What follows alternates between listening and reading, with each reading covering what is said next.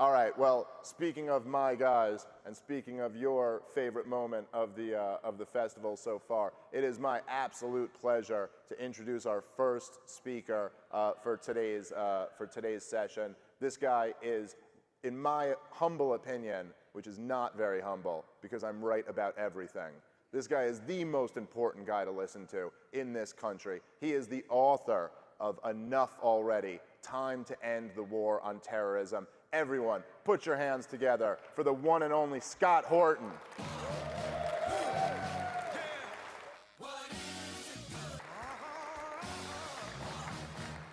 All right, Dave's tall. I gotta fix this. How about that, Dave Smith, everybody? What a hairline that guy has, huh? I know I am not the only one jealous in here. And by the way, I think you guys know we're gonna need all your help when we run him for president in 2 years. You ready? Dave Smith, that's our guy. All right.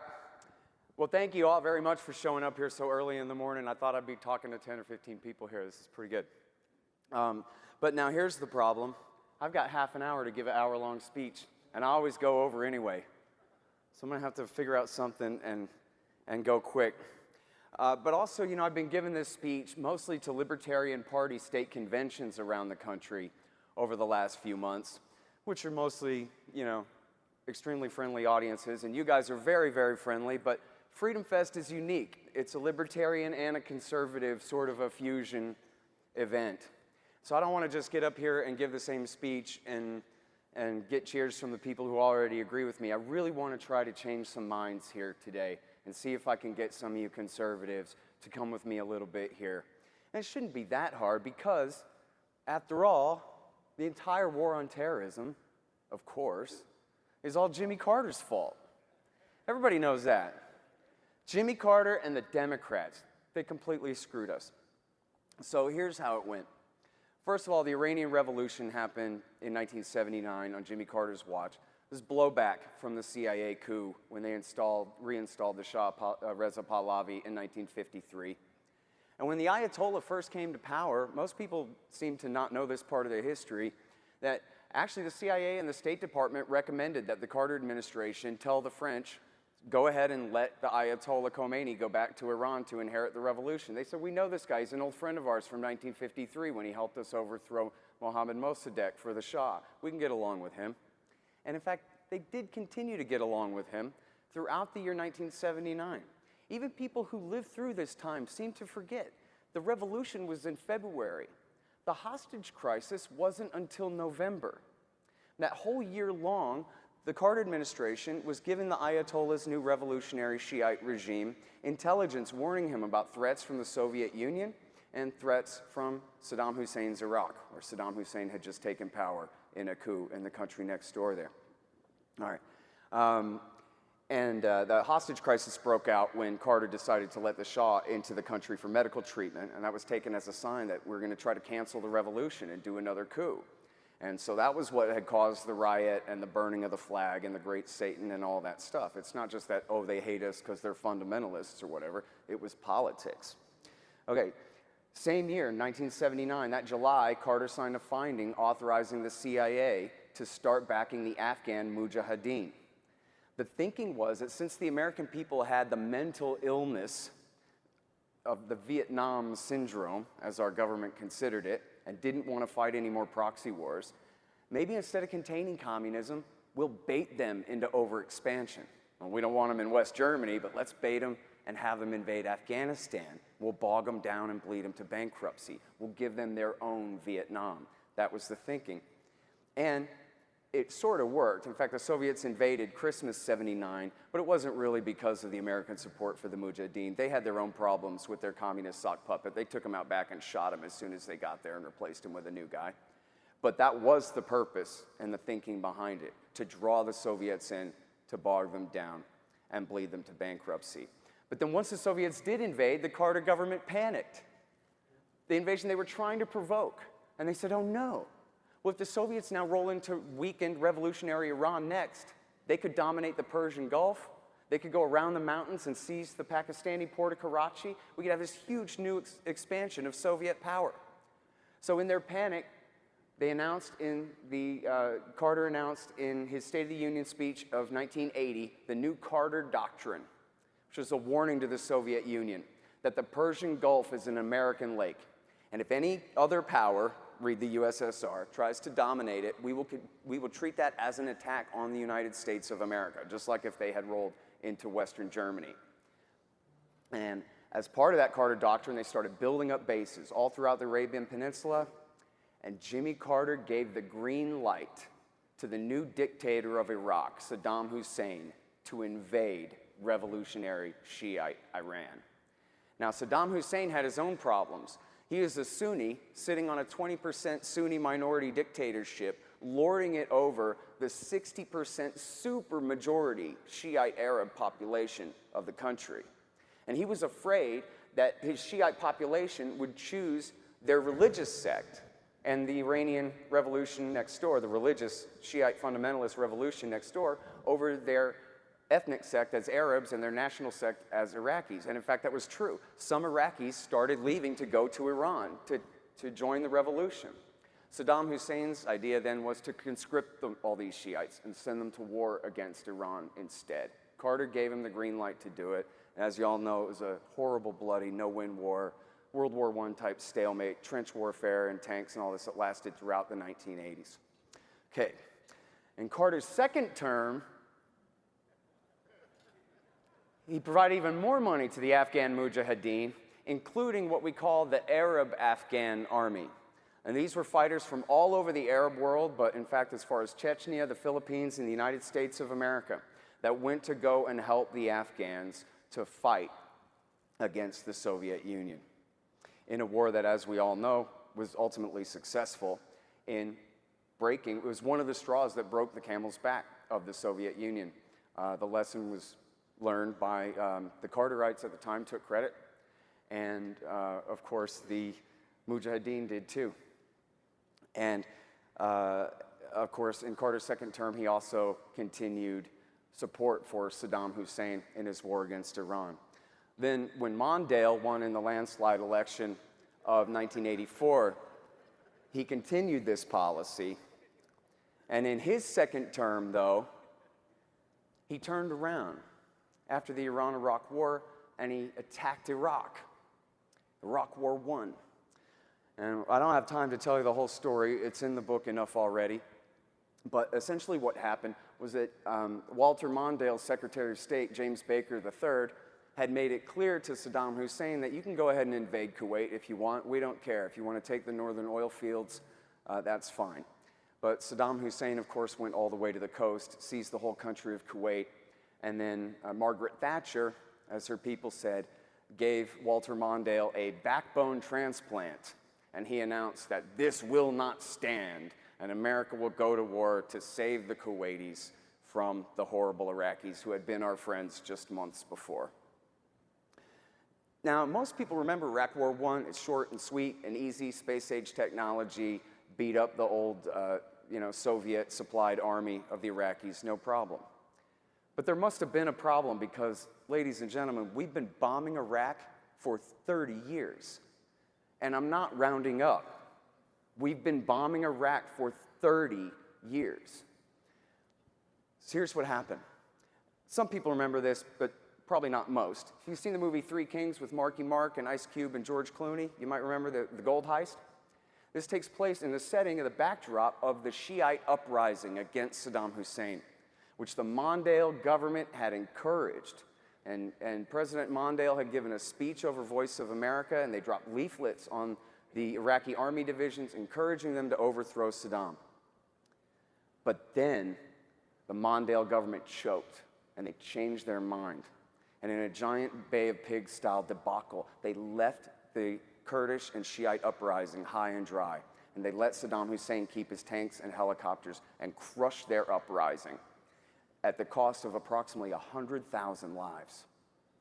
And that became then the excuse for the US government to stay at our bases in Saudi Arabia to wage what they called the no-fly zone permanent campaign, blockade, and regular bombing and permanent UN sanctions and fake inspection regime looking for the weapons of mass destruction that they had destroyed the last of back in 1991. That lasted all through the 1990s. Iraq War 1.5 during the Bill Clinton years. And this is what turned the Arab Afghan army, Mujahideen, which included Osama bin Laden and Ayman al-Zawahiri and their friends who had fought in the Afghan Jihad in the 1980s against the United States of America. More than any other thing, it was bombing Iraq from bases in Saudi Arabia throughout the 1990s. And they started attacking us. And they attacked us all through the 1990s. In fact, their first attack on America was Rabbi Kahane in New York City in 1990. Then they did the World Trade Center bombing in 1993. They had killed Americans training the secret police in Saudi Arabia in 1995. And then who remembers the Khobar Towers attack of 1996? They bombed and killed 19 American airmen in their barracks in Saudi Arabia. Airmen whose job it was to bomb Iraq from bases in Saudi Arabia. But the Bill Clinton government blamed the attack on Iran, Iranian-backed Saudi Hezbollah. What? Who? Why would they do that? A target of opportunity from across the Gulf for no reason? Were they trying to get Tehran carpet bombed or something? That was a lie. It was Osama bin Laden and Khalid Sheikh Mohammed. It was Al-Qaeda who killed those 19 American airmen. And when Bill Clinton and Louis Freeh and the Saudis cooked up this scheme to blame it on Iran, they stole the truth from the American people that there are far right-wing radicals in Saudi Arabia who want us the hell off of their holy land, not just their homeland, but their holy land, the land of Mecca and Medina, where Islam was born. And they're willing to fight about it. And that narrative was taken, and the American people were deprived of that. Then, of course, they bombed the African embassies in Dar es Salaam, Tanzania, Nairobi, Kenya in '98, the USS Cole in the year 2000. They tried to bomb the USS Sullivans, but luckily the dinghy sank. But then they did get a successful strike on the USS Cole, killed 17 sailors. And then, of course, September 11th. Now, throughout the 1990s, they said over and over again, not just bin Laden, but Ramzi Youssef, who had bombed the first World Trade Center bombing in '93, and all of the rest of them said over and over again what their motivations were. It was bases in Saudi Arabia being used to bomb and blockade Iraq, support for Israel in their occupations of Palestine and Lebanon and their violence against those people, support for all the dictatorships, all the monarchs and sultans and el presidentes of the Arabian Peninsula, pressure on those countries to keep their oil prices artificially low to subsidize our economy at their expense. And then the last thing on the list that bin Laden complained about, that was his recruitment shtick, was America turning a blind eye to Russian, Chinese, Indian, and Uzbek oppression of Muslims. They claim that they celebrate and care about human rights, but they don't seem to care about us, he said. But that wasn't really true. The Bill Clinton government backed the Mujahideen, including Al-Qaeda, in Bosnia, in Kosovo, and in Chechnya. They also trained Uyghurs at Taliban training camps in Afghanistan in the 1990s for use against China in the Xinjiang province. Some of those same Uyghurs ended up tortured in Guantanamo Bay when we switched sides after September 11th. And in fact, after September 11th, Bill Clinton and two of his Democratic allies from the House of Representatives, Tom Lantos and Brad Sherman, said something very close to, how could those Muslims attack us after everything that we've done for them lately? When the reality was the bases were still in Saudi. The no-fly zone blockade and bombing was all still going on. Support for Israel hadn't changed. The Democrats had used these terrorists, but had failed to bribe them off. And so they attacked us on September 11th. Now, it's important, too, that you understand the motive. Bret Stephens in the New York Times just wrote 2 or 3 weeks ago complaining about withdrawal from Afghanistan, that bin Laden said that we were a paper tiger and that we would turn around and leave if there were just a few truck bombs. And now here 20 years later, he says this proves why we have to stay. We have to double down, triple down, and stay forever. But Bret Stephens is an idiot. Bin Laden was taunting us with those statements that America's a paper tiger, America will turn and run away. Does anyone here think that bin Laden thought that by knocking down our towers and killing thousands of our people, that we would turn around and run away? No. They were trying to bait the United States into making the same mistake that the Soviet Union made, to bait us into overreacting, to invade Afghanistan, to bog us down, bleed us to bankruptcy, and force our American empire out the long way, the hard way. Now, of course, y'all remember in 2000, Pat won Florida and tilted the whole election to Al Gore. And Al Gore and Joe Lieberman came in with the neoconservatives, Paul Wolfowitz, Richard Pearl, Scooter Libby, and the rest. And their plan was to exploit terrorist violence against the United States to go to war against Iraq, which had nothing to do with it. Saddam Hussein with the clean-shaven chin and the French beret, what does he have to do with Osama bin Laden? The answer was nothing. But they were taking advantage of the American people's fear. Orange Alert, another FBI entrapment job in your town to keep you afraid long enough to where they could start that war. And why do they do it? Well, you got to read David Wurmser from 1996. They did it because they thought that if they got rid of Saddam Hussein, that would empower Turkey and Jordan would have dominance over Iraq. And then they would use their influence over the Iraqi Shiites to split Hezbollah in Lebanon away from Iran. The neocons, they care about Israel first. And they're idiots.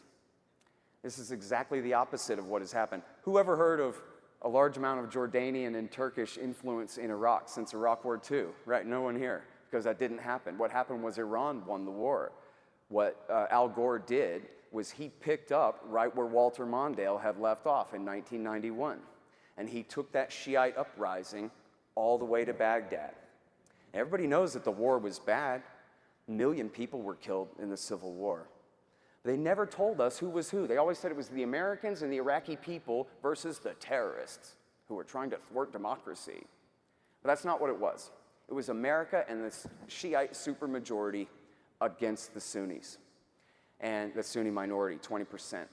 And all that blood was the sectarian cleansing campaign, kicking all of the Sunni Arabs out of Baghdad and making it 85 to 90% Shiite city, which was, of course, an absolute catastrophe from the point of view of the Americans, who had launched this war to spite Iran in the first place. And instead, they ended up only empowering them and putting Iran's best friends from the Dawa Party and the Supreme Islamic Council in power in Baghdad, where they remain to this day. And of course, in doing so, the Gore administration pushed the Sunni Arabs of Iraq into the arms of the bin Ladenites. Now, there had never been a suicide bombing in Iraq before 2003. There was no al-Qaeda presence in that country or alliance with Hussein's government whatsoever. But now, al-Qaeda in Iraq became a massive movement for years. Thousands and thousands of people were radicalized into that movement, and they committed horrible atrocities. They were the worst part of the Sunni-based insurgency that fought against the Americans and the Shiites in that war. And then, luckily though, the local Iraqi Sunnis got sick and tired of these guys and eliminated them for us. You'll remember David Petraeus, the general, took credit for this and called it the awakening. But it was the local Iraqi Sunnis got sick and tired of a bunch of Saudis and Egyptians and Libyans and Syrians telling them what to do. Because, of course, just like in the 1980s in Afghanistan, Arab fighters came from all around the region, backed by Saudi money from our allies, to fight this insurgency against us. Now, here's the thing. When Barack Obama comes into power, well, first of all, when it was still during Al Gore, in 2006, they realized their mistake. And I really urge you guys to all read this article. It'll blow you away. Read it twice. You'll laugh, you'll cry. It's amazing. It's called The Redirection by Seymour Hersh in the New Yorker magazine. It's from the spring of 2007, and it goes like this. The Gore administration realized they'd really screwed up and empowered Iran. So now to try to make up for that fact, they went to the Saudi king and said, we're at your service, we're really sorry about that. You can read it in the WikiLeaks, thanks to Julian Assange, who's rotting in solitary confinement at Joe Biden's order right now in Belmarsh prison in England for releasing these. But you can see where the Saudi king, in the WikiLeaks, the Saudi king says to Zalmay Khalilzad, the ambassador, it used to be you and us and Saddam against Iran. Now you've given Iraq to Iran on a golden platter. They're very fancy, the Saudis, they have golden platters. Now you've given Iraq to Iran on a golden platter. What are you going to do about it? And of course, Khalilzad says, we're at your service, Your Majesty. And the USA, and this is really the most important thing to understand American Middle Eastern policy in the post-Iraq War II era. They're trying to make up for that giant error of empowering the Ayatollah and putting his friends in the Iranian Ayatollah and putting his friends in power in Iraq. And they're doing that by backing the bin Ladenite terrorists again. And this started under President Gore, back in Fatah al-Islam in Lebanon, the Muslim Brotherhood in Syria, and Jandala, crazy head-chopping, suicide-bombing lunatics in Iran. So a lot of people have asked, you may have asked, why did Barack Obama take al-Qaeda's side in Libya and Syria? This is the answer. It's not because he's a secret Muslim from Kenya. It's because he's Al Gore. He was continuing this same policy, the redirection of putting America at the service of the Saudis to try to make up for the big mistake of Iraq War II. And that's why even when Barack Obama was killing Osama in Pakistan in the spring of 2011, at that very moment, he was taking his side in Libya. And they fought a horrible 9-month air war there on behalf of who? The Libyan veterans of Iraq War II. The Libyans who had gone to fight with Zarqawi against our guys in Iraq War II, they came home. The Libyan Islamic Fighting Group, Ansar al-Sharia, al-Qaeda in the Islamic Maghreb, and Obama took their side, again, against a secular dictator who was lynched on the side of the road. And then they took all the guns and all of the terrorists, and they shipped them off to the next war in Syria. This is, of course, the real story behind the limited hangout version of the story you've heard of the Benghazi debacle of 2012. Why was Ambassador Stevens killed? Because he was stationed in the middle of a hornet's nest. Again, the Democrats thought that they had bought off these terrorists by fighting a war for them, when in fact they hadn't bought their loyalty at all. In fact, as one part of the CIA was backing the terrorists in Libya, another part of the CIA was still drone bombing them in Pakistan, and which was actually part of the motive for the Benghazi attack of 2012. But anyway, then they took all the guns and all the terrorists and they shipped them off to Syria. Why? Because Bashar al-Assad is friends with Iran. And as Barack Obama explained to Jeffrey Goldberg in The Atlantic magazine, if we get rid of Assad, well, we can't start Iraq War II all over again and cleanse Baghdad of Shiites and give it back to the Sunnis. But if we get rid of Assad, that'll be a nice consolation prize. If we put Iran up 2 pegs in Iraq, we'll take them down 1 peg by taking away their friend Bashar al-Assad in Damascus, Syria. And then to that end, starting in 2011, the Barack Obama government spent $1 billion a year, thank you to Edward Snowden, in exile in Russia from his homeland for telling the truth about that, leaking the black budget that proved that they were spending $1 billion a year with the Saudis, the Qataris, the Turks, the Jordanians, and the Israelis to back the al-Qaeda suicide bomber, head chopper, murderer, bin Ladenite terrorists. Al-Qaeda in Iraq, in Syria. Now they're moderate rebels, and they're our friends. Well, this, of course, was a catastrophe, because with bin Laden dead, Zawahiri wasn't man enough to ride herd on al-Qaeda and keep everything under control. And so the leader of the Iraqi faction of al-Qaeda in Iraq and Syria split away from the Syrian faction and from al-Qaeda. His name was Baghdadi.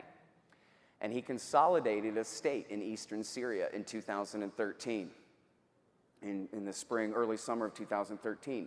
1 year later, as you all know, they erased the border between Iraq and Syria, and the Islamic State rolled into western Iraq, seized Mosul, Tikrit, Ramadi, Fallujah, Baiji, and went all the way to Kurdistan and all the way to Baghdad. They essentially seized all of predominantly Sunni western Iraq. Now, in the W. Bush years, This was the wildest war propaganda of hawks like Glenn Beck. There's an Islamo-fascist caliphate. It's the caliphate. We have to fight them, the radical Islamists. But you look at a map, there's nothing but nation states. Where's the caliphate? Secular Saddam was sitting on top of it. There was no caliphate. This was Glenn Beck's worst war propaganda. It was Osama bin Laden's wildest dream. Remember, when he was killed, he was hiding in the attic even from his wife in the middle of the suburbs in Pakistan, exercising no direct power and influence over anything. But Al Gore's war in Iraq and Barack Obama's war in Syria created the bin Ladenite caliphate. Obama then had to launch Iraq War III on behalf of those same Shiite factions that they wish they hadn't fought Iraq War II for in order to destroy the bin Ladenite caliphate again. And I wish I could end it there, but it's not over yet, because Obama did something even worse than that. And that was when he was trying to sign a nuclear deal with Iran to take the threat of war against them over the fake threat that they were making nuclear weapons, when in fact they never were. But when he wanted to pass a nuclear deal to completely discount that threat and remove that threat of war over Iran's nuclear program, he had to make it up to the Saudis somehow. And so he made it up to them by helping them launch a war of treason and genocide in the nation state of Yemen. It is the poorest and weakest country in the Middle East. And you might remember that Barack Obama started out fighting against Al-Qaeda in the Arabian Peninsula. Now, these guys aren't Al-Shabaab, Al-Qaeda-linked nobodies from nowhere. These guys are real Al-Qaeda terrorists. These guys had bombed the Cole. These guys had helped to coordinate the September 11th attack on our country. They had tried to blow up a plane over Detroit on Christmas Day 2009 with the underpants bomb, and they had done the printer cartridge explosives plot to blow up a plane over Europe as well. Later on, they did the Brussels, 2 Paris attacks, and the Nice, France attack of the 2000 teens. These are real dangerous Al-Qaeda terrorists. And Obama was bombing them. But the government that he was bribing to let him do that ended up falling in the Arab Spring. And I know I'm running out of time. I'll go fast here. 1, 2, skip a couple politics, and a Shiite group allied with Iran came out of the north and seized the capital city at the end of 2014, Sana'a, the capital city. And at the time, our current Secretary of Defense under Joe Biden, General Lloyd Austin, he was a 4-star general in charge of Central Command. And it was in the Wall Street Journal and in Al Monitor, because the Deputy Secretary of Defense for Intelligence, Michael Vickers, had given a presentation at the Atlantic Council where he explained they were allying with the Houthis. You guys like killing Al-Qaeda? Fine. They were giving them intelligence to kill AQAP. That's in January of 2015. Just 2 months later, Barack Obama turned around, stabbed the Houthis in the back, and took Al-Qaeda's side against them. Al-Qaeda and Saudi Arabia and the United Arab Emirates. That was 6.25 years ago. Hundreds of thousands of innocent people have died in this war. And the reason why is because this country was already the poorest country in the Middle East and greatly dependent on foreign imports for their food. And the US Navy, under Barack Obama, had been essentially helping the Saudis enforce the blockade. There's a total air and sea blockade into the country. And the last numbers we got from the United Nations was 2.5 years ago, the end of 2018. They said that 250,000 people had already died, most of them children. And this includes the worst cholera outbreaks in recorded history, meaning since World War II anyway, which means worse than what the UN did in Haiti, and means worse than Walter Mondale and Bill Clinton's blockade against the Iraqis, where they also had horrible cholera outbreaks there. Hundreds of thousands of innocent people dying in a war where you literally have Al-Qaeda guys fighting with American planes as air cover for them. And the war continues to this day. Joe Biden Of course, Hillary Clinton won by 50 points because the Russians helped rig the election for her in 2016. She continued this horrible policy for 4 years until, I don't know, somebody shamed her into going home. And then Joe Biden came into power, and he promised to end the war, and he didn't. And America's still, as they called it in the Obama years, leading from behind, meaning we supply all the bombs and all the planes and all the maintenance and all the logistics and all the intelligence, but any negative consequences from the war or any civilian casualties are all somebody else's fault. And so the war continues. And so that's a short history of how the Democrats have completely screwed us for the last 40 years. They created this menace. They turned them against us. They absolutely failed to protect us from the terrorists that they had turned against us. And then they exploited their violence on a massive bait and switch mission for 20 years straight now, where 9 times out of 10 they have taken al-Qaeda's side against the people that they hate the most, the Iranians and their Shiite allies, who did not attack us on September 11th, and were in no way responsible for that, but just over a grudge because they declared independence from us back in '79. And that's it. So the war is treason.